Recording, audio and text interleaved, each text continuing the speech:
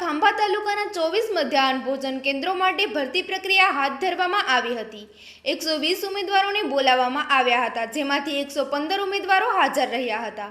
શૈક્ષણિક લાયકાત, અનુભવ, મહિલા ઉમેદવારો અને અનામત વર્ગને અગ્રતા આપી નિષ્પક્ષ રીતે પસંદગી કરવામાં આવી હતી।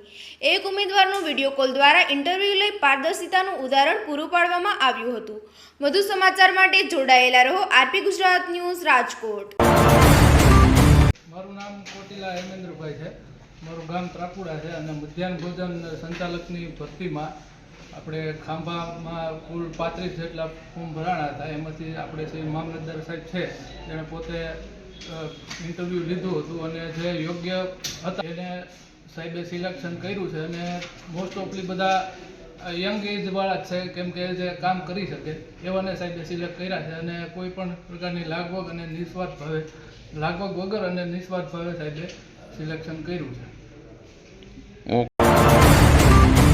બેન અરવિંદ ગીરી, હું ખાંભા ગામની રહીશ છું અને નવી વસાહતમાં હું મધ્યાહન ભોજનમાં રસોઈ બનાવતી હતી અને અત્યારે અહીંયા મામલતદાર સાહેબ પાસે અમારું ઇન્ટરવ્યૂ હતું તો મેં ફોર્મ ભર્યું હતું। તે ઇન્ટરવ્યુમાં મારો વારો આવી ગયો છે। હું 10-11 પાસ છું અને કોઈ જાતની કોઈ એટલે લાગવગ કે કાંઈ ચાલી નથી અને મારા અનુભવની હિસાબે મને લીધી છે। ના, મને એવું નહોતું કે મારો વારો આવશે, કેમ કે મારો અનુભવની હિસાબે મને વારો આવી ગયો છે અને હું અશુભાઈની રસોઈ બનાવતી હતી નવી વસાહતમાં।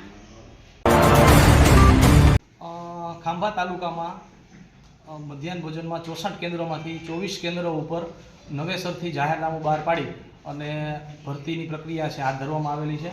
કુલ 120 ઉમેદવારોના ઇન્ટરવ્યૂ માટે અમે કોલ લેટર છે મોકલેલા હતા।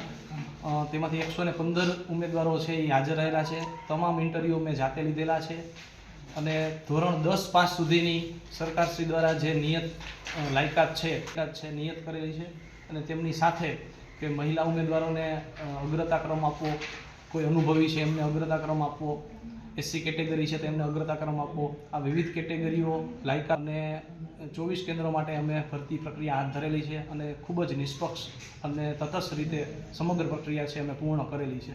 એક બેન છે એમને 2 દિવસ પહેલાં 2જી તારીખે એમને બાબાનો જન્મ થયો હતો। એ બેન 4 તારીખે ઇન્ટરવ્યૂમાં આવી શકે એમ નહોતા એવું તેઓને ટેલિફોનિક અમને જણાવતા પછી બેનને અન્યાય ન થાય એટલે એ બેનને અમે વિડીયો કોન્ફરન્સ એટલે કે વિડીયો કોલ મારફત મેં એ બેનનું છે એમના પિયરમાં હતા તો ઇન્ટરવ્યૂ છે મેં લઈ અને એમને ન્યાય અપાવેલો છે। ઓકે સર,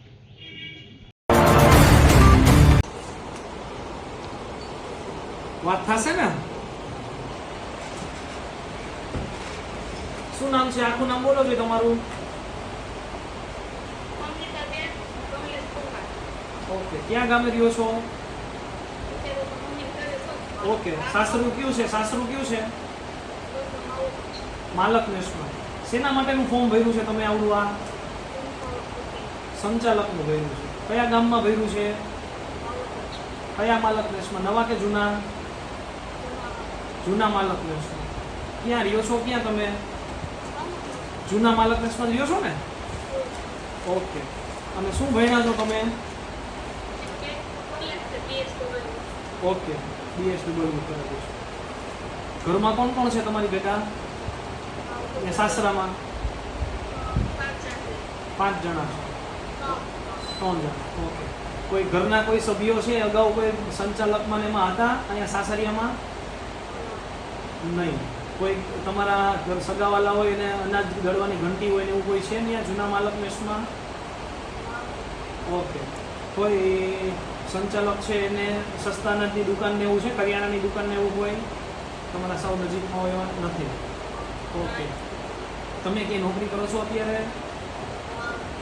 ઓકે, મધ્યાહન ભોજન વિશે શું જાણો છો તમે?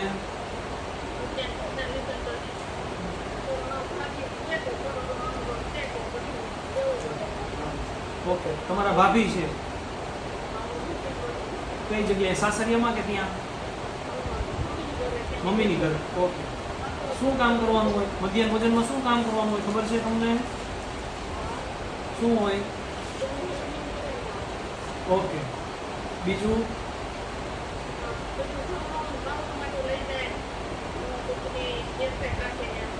ઓકે, સારું, ચાલો કાંઈ વાંધો Audio Jungle.